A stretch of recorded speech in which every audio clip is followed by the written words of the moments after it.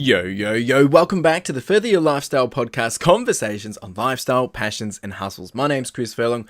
I am your host, and I'm super excited to be back here having the conversation with you. Episode 99 today, and we're going to dive straight into it, so buckle up. There are plans that we have, and then there is how life plays out.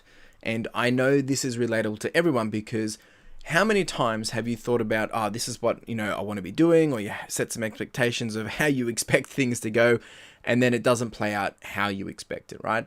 There's some big questions around this. We have what we want, and then we get a different result compared to what we expected. And what I want to talk about in this episode is basically how do we actually manage that gap? How do we manage what happens in between of the plans that we have versus how life actually plays out? And how do we prepare ourselves for the unknown in which we're going to have to embark regardless?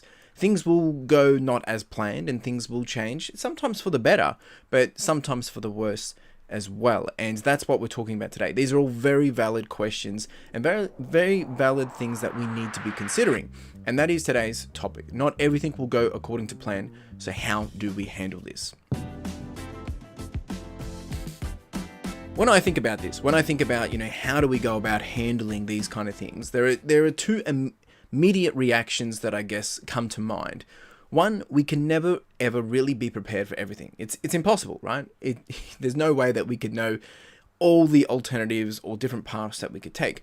And secondly, is we can be prepared mentally and understand that things won't be how we expect. Now that's where we can take the edge, because no, we can't be prepared for every situation. We can be prepared mentally knowing that things likely won't go as we assume they will or as we expect them to be. So if we think about these two things on a smaller scale to help you, I guess, get the same mindset that I'm talking about, reflect on the last week, what you've been doing over the last week. Now, the first thing you need to ask yourself is, did you prepare for the week? The week that's just gone, had you prepared for that week? Had you set out intentions for that week? Had you set a schedule for that week? Had you followed a routine? Did you have a calendar of bookings and appointments that you were following? And was there anything else that was helping you feel prepared going into that week?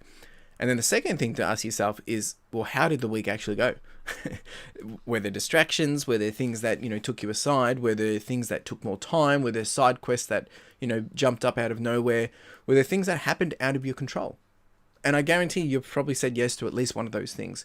And that's just 1 week. So when we play that over a scale of a year, 52 weeks, or we play that over our lifetime, there's going to be a lot of unexpected events that will happen. Now, another thing to then think about here is, of the things that were planned versus unplanned for the week, what things were you able to go with the flow with? Like, what were you able to adjust and just take on the shoulder, and you didn't really, have to worry about it too much.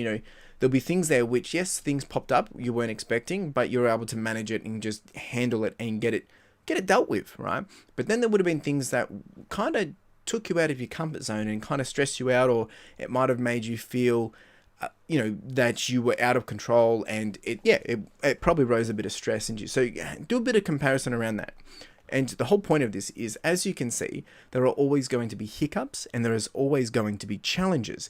And there will always be things that we know we can manage, and there's always things that we know we can control, that we can mitigate, while at the same time, there's going to be things that will push our limits and push us off an edge in terms of, sparking us to be stressed or things like that. Again, the question then being is, how do we go about handling this? How do we go about managing this? And how do we go about making this not just something that we're reacting to and trying to survive, but being prepared for the things that, you never really can be prepared for everything, but being prepared for that mentality. So today we're going to be talking about 5 different ways that we can handle this, and that you can handle this, and how you can start to handle it better today. The first one being, embrace flexibility. Now, again, a lot of these points that I'm about to go through, just to be very, very clear, they do come across as generalizations, they come across as cliches, and very, very wishy-washy things which people say all the time. But the reality is, I share these things, people share these things because there is meat to them. You need to be practical in trying to understand and taking a lesson or a learning from them and go apply it in your own way of living, right? If you don't go do that, then I can't necessarily help you any further, because I can share this as a medium to you, as a way to help you understand some ways of going about handling something, but if you don't do anything about it, that's on you. All right. So number one is embrace flexibility. Basically the ability to adapt to changing circumstances, right? And this is an important skill to have, and it does take time to attain, and it involves actually being open to taking on new ideas or taking on new approaches. But it can help us stay nimble in the way that, when things do change, we can be responsive in a way that doesn't throw us off our feet. Now, I understand that this is easier said than done, but surprisingly, there are so many ways that we can be flexible, and there's probably a lot here that you would not expect. And I'm going to take you through a couple of dot points when I was writing this episode about what I thought was quite interesting and after doing a bit of research, was prioritizing self-care. Now, are you thinking, how does that actually help you be flexible in the time when something pops up? Well, if you have self-care, you're going to be managing your stress levels. You're going to be managing how you're able to operate, how you're going to be able to make a decision. And if you've looked after yourself, whether it's through sleep, with health, keeping yourself fit and ready to be able to execute because you've got the energy to do so, that self-care plays big dividends when it comes to these points of time. Being open to change is another one, right? And again, saying that is easier said than done, but building up that tolerance to try a little bit of different things, or having a little, a tolerance for those kind of things. Oh yeah, well, let's give it a shot, and building yourself to that comfortability, because over time it gets a bit easier to then adjust to those kind of risks, I guess. But at first it can be quite difficult. The next one would be learning to say no. When it comes to flexibility, is knowing when to say no, or knowing when to say this doesn't make sense to do anymore. Stop, start, and continue. That's a good little exercise that you can do, is like, if you need to reflect and things are getting crazy, is like, what can I stop doing? What can I start doing? And what do I need to continue to do? The other thing is building flexibility into your own schedule. So if you do operate from a routine perspective, or you follow a schedule, is build in buffers, build in things that give you enough wiggle room in case things don't go to plan. Changing your mindset around how you deal with uncertainty. Most of the time we naturally think of it as a negative thing, but instead of fearing the unknown, learn to embrace it. Learn to think, how can I take an opportunity from this? How can I leverage this? How can I use it to grow, and how can I use it to develop new skills? And that's taking a positive mindset on it. The other way that you can do this is approach with adaptability and asking, how can we make this work? When things pop up, usually we get defensive mode and we try and push back and we try and ignore things, but that's usually because we're actually a bit scared and we're not sure what it's going to entail. But if we actually approach it with an open mindset and actually think, okay, well, what is this going to take? What does this actually mean? And how can we make this work? You can start to actually fit it in, and actually it might actually change your life for the better, or your circumstance, or whatever the situation may be. And the final one for being flexible is kind of like the first one around prioritizing self-care, which is practicing mindfulness, knowing how to calm yourself down, knowing how to take a moment to breathe and to think before you execute, make a decision, or do anything that you might regret. Number 2 of how we can handle this is being prepared for the unexpected. Now, this is obviously the big conversation, or the big topic of this whole episode, but essentially this is one part of it, right? While we cannot anticipate every possible outcome, I guess we can take steps to be ready for the unexpected. We can build a mentality to enable us to know that, things are going to come up, and that means we need to be willing to adjust and adapt and have a plan in place that enables us to address it, right? And coming from a consulting background and project management background, we have a lot of risk mitigation plans, we have contingency plans, we have all those different things, right? We have all these things in place so that when things do happen, we're able to be open, and we're able to accept, and we're able to be comfortable in making adjustments as needed. For instance, if you're taking on a lot of risk, and this is actually one of the points that we'll talk about later, but if you're taking a lot of risk, having a plan of how you manage that, if that risk comes to being, it means you're happy to then tolerate, it might mean we have to spend $5,000 to fix it, right? That's a risk you're happy to tolerate. So that's a way that we can manage it, right? So the best way to look at this is probably in the money space, right? How can you be prepared for the unexpected things when it comes to your finances? So for instance, let's say something has happened, you've had a car accident and your car's been written off, and now all of a sudden you don't have a car to drive.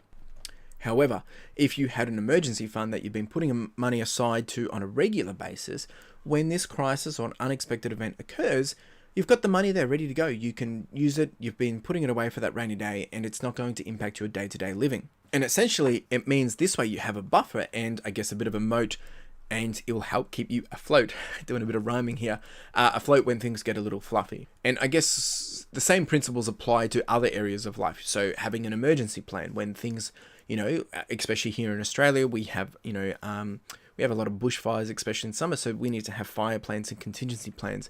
Having your important documents in a safe and sensible place.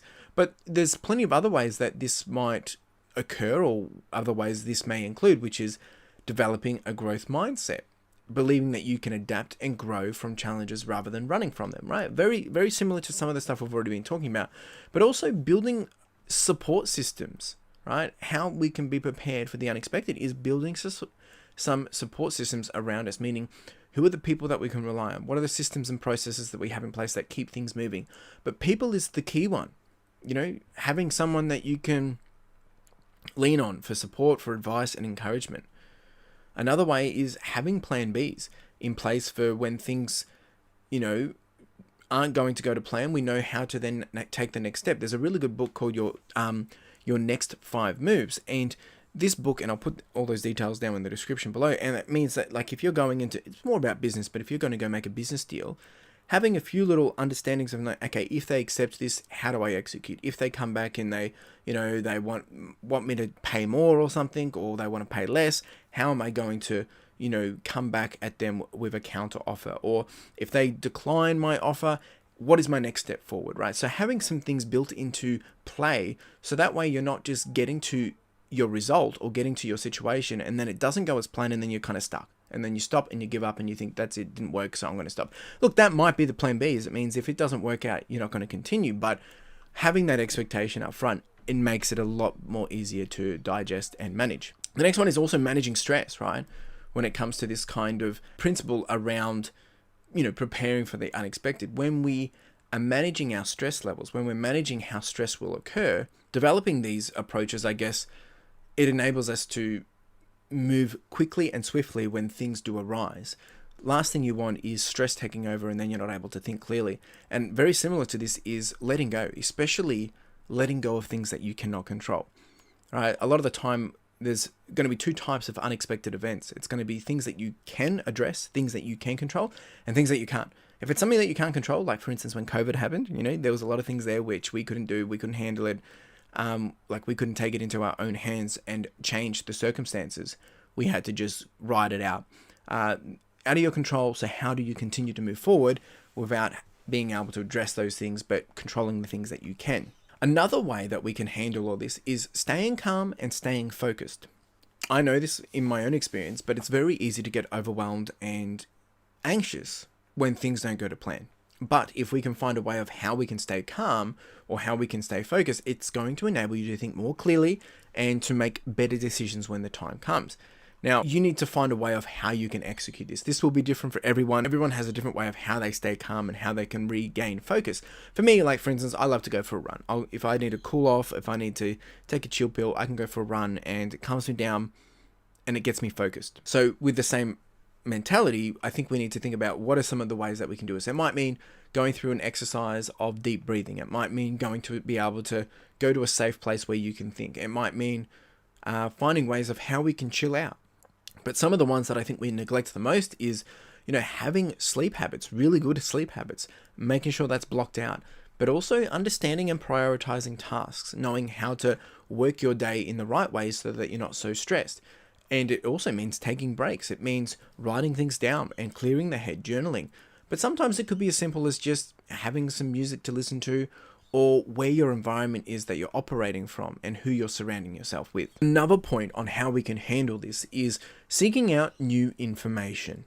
Now, this one means we're usually doing it as a byproduct of after being, I guess, surprised with an unexpected event. But at the same time, being informed as you continue to grow, as you move forward in life, is always going to help you, because the more you're informed, the better you can make a decision, especially when it comes to business or your passions or your hobbies, and even just creating your own lifestyle. So this might mean that you might have to do some additional research, or you might have to find some new ways of sourcing information. But It also might mean you need to ask for advice from other people. I mean, there's heaps of ways we can do this. When learning and growing and trying to, have that growth mindset, reading books, reading articles, listening to podcasts, it's a great way to get exposure to thinking about new ways of operating, new ideas and perspectives. So that way, when things arise, we have fresh perspective, not just the ways that we've always managed it. Of course, there's other ways that we can seek out new information, which would be from getting some coaching, going to events, networking, workshops, seminars, connecting with experts in the field, networking within your industry, finding a mentor. But I think the two really interesting ones is asking questions, asking people questions, but also leaning on existing communities, like going back to where people are doing this a lot and finding out how they're handling it.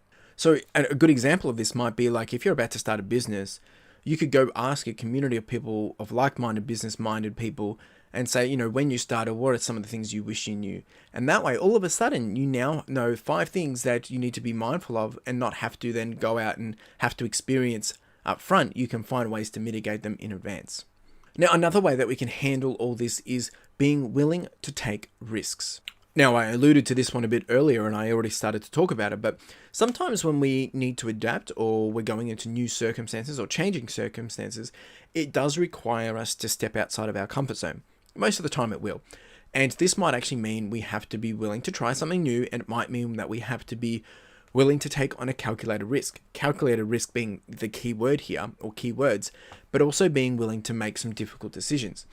Now, when it comes to managing risk, this is easier said than done, like most of the things in this conversation, but you want to start small. You want to gradually increase the way that you operate with risk and the level of risk that you are comfortable with.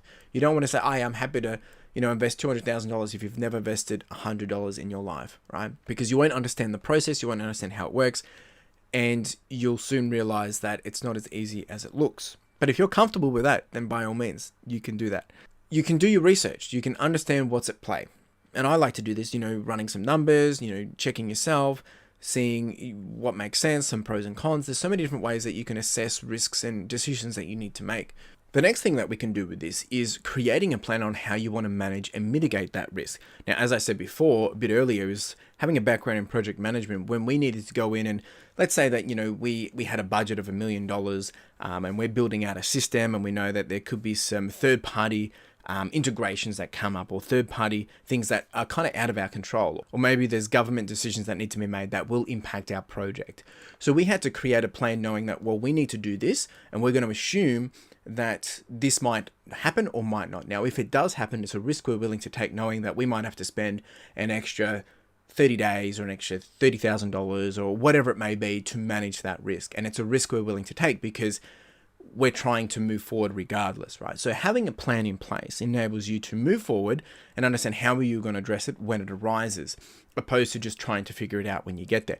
This applies really, really well with life and really, really well with business as well. But also, I can use this in the same realms of running, being prepared, having enough nutrition and water on the run with me, so that I'm not relying on other people to provide me water, because if they don't have the water, I'm the one that's responsible. I need to find the water. I need to tell them to have the water. But if they don't have it, how am I managing that? So I usually have backup or have a spare water with me, or whatever it may be. You get what I'm saying. Other way is we can seek help and advice to understand what are we entering into? What is the road ahead of us before going in and taking that risk?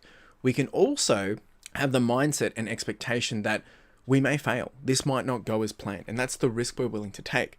And unfortunately, a lot of risks mean that it's either going to be a good result or a bad result, and we need to be comfortable with either of those results. Now, the key thing with risks is that we need to learn from any mistakes. Risks mean assessing that there could be one of these things to come to being, right? And when that does happen, it's like, okay, how do we learn from that? How do we now go forward and make sure that we don't have that occur again and build that into it? Because now we've learned from it, right? If something occurs, you can now start to mitigate it going forward for the next time. And your risk tolerance might become, even higher, because you're comfortable with knowing how you're going to be able to assess it and how you're going to be able to manage it. But being confident as well is really important. If you've ran the numbers, if you've done the work, if you've done all these things above, you've done the research, you understand what you're up for, you've run the numbers, you've got the right headspace, then you can go into this confidently and knowing that what I'm about to do, it's a sure thing, but there is still some potential cons as well. And from this, you can then understand your tolerance, and you can understand, how much you're comfortable with uncertainty, and you can then start to be comfortable with the different odds based on your preparation. All right, so if we just recap and we just, I guess, consolidate all that we've kind of just gone through and what we've just covered, there's a few overarching elements in which I think we should be focusing on the most. And again, this is not my recommendations. I'm not advising you that just do this. What I'm saying is, like, if we pull out some of the core roots of what we've just discussed, these are the areas that I believe really stuck out for me the most. And number one is having that growth mindset, being able to cultivate, I guess, a positive attitude towards change, rather than looking at it as a negative thing or getting too defensive too early. We need to be open to learning new things. Staying informed. When we stay informed, we can keep ourselves up to date and ready with whether it's latest trends, better understanding, or it gives us information to be able to make effective decisions. So that, this will vary depending on whatever you're doing, whether it's in an industry, whether it's in a hobby field, whether it's just in your own life, and, being able to communicate with your loved ones. Having information enables you to execute. The other one is then having plan Bs or having alternative options. Something that I'll harp on it again is reading that book around your next 5 moves has really given me some good understanding of, like, okay, if I've got a couple of different plans here and I'm going to go this way and it doesn't work out in my favor, I've got some backup plans on that I'm going to use to then jump in and continue to move forward. It plays the same way out if you're thinking about setting goals. You might have some big goals, some shorter goals, some, stretch goals, and things that will, meaning if this way doesn't go to plan, I can change my approach, or I can change my goal, or I can focus on that one, right? It gives you some options to be able to give you some flexibility. And I think the most 2 important ones, which are the last 2 that I'll quickly touch on here, is being or practicing mindfulness, right? And again, with anything that we do, a lot of the time we bring the stress to ourselves. So being able to manage our mindfulness and being able to develop the ability to, I guess, stay calm, stay focused, and to continue to move forward through uncertainty and change, that is key. If you can figure that out, it's going to make your life a lot easier with whatever it is that you're embarking on. And then similar to being proactive is key, because if you want something, you can't be waiting around for opportunities to come to you. You need to be looking for opportunities. And that might mean, being open to some of the change, being open to when things don't go as planned, because is there a lesson here? Is there something here that you can take away that's going to enable you to get ahead? And be proactive in assessing them and understanding all the things that we've just gone through of how maybe this could work in your favor, or how does this apply to my bigger plan? Does this apply to one of my plan Bs or alternate plans? Is this going to cause a lot of stress? So going through and understanding, does this make sense? And being proactive rather than just reacting. And I'm going to finish with this quote. I'm going to finish with one from Franklin D. Roosevelt. And it says, "The only limit to our realization of tomorrow will be our doubts of today." And I really love this, because really it does help us see that how we manage today will then dictate how we proceed tomorrow. And again, we can't control tomorrow until tomorrow. We can control today. We can set ourselves up for a better tomorrow. We can set ourselves up, with a structure, with a routine, with a mentality, with getting things in preparation. But when tomorrow comes, it's a whole new day. Things might not go as we expected. However, as we manage today, it will help us how we manage and dictate the next day ahead, because when we learn, when we apply ourselves, when we grow, when we open ourselves up to a positive mentality and a positive response, you might actually realize that tomorrow ain't all that bad. But no matter what it throws at us, we've got options. And that's really the key thing here, is that you've got options. You know how to address when things take a turn or life throws a curveball at you, because it's going to happen. Unfortunately, that's the reality of it. It's then how we're able to manage that, how we're able to hold ourselves in those situations as well. Now, if you've enjoyed this episode, or if you've got questions, number one, jump down below if you're watching here on YouTube and leave a comment, or you can reach out to myself over on the socials at Further Your Lifestyle, and that's on Instagram, and drop me a message. Say hi, leave a comment, drop me a DM. You can reach out in a few different other ways as well. I've got all the links and details below in the description. And the other thing is, if you have enjoyed this episode, share it or leave a review. let me know that you've enjoyed the episode. Most of all, if you think someone else can resonate from this, send them the link. Let them listen to it and tell them why they need to listen to this. That would mean the absolute world to me. Of course, if it makes sense, if this is relevant to that situation, I mean, if you think someone can learn from this, send it, share it, get it out there. I really appreciate it. At the end of the day, I'm bringing this message to you. I'm trying to have a conversation with you, and I want you to continue the conversation. It might not be with me, but it might be with someone else. Really do appreciate you being here. You have a wonderful day. Cheers.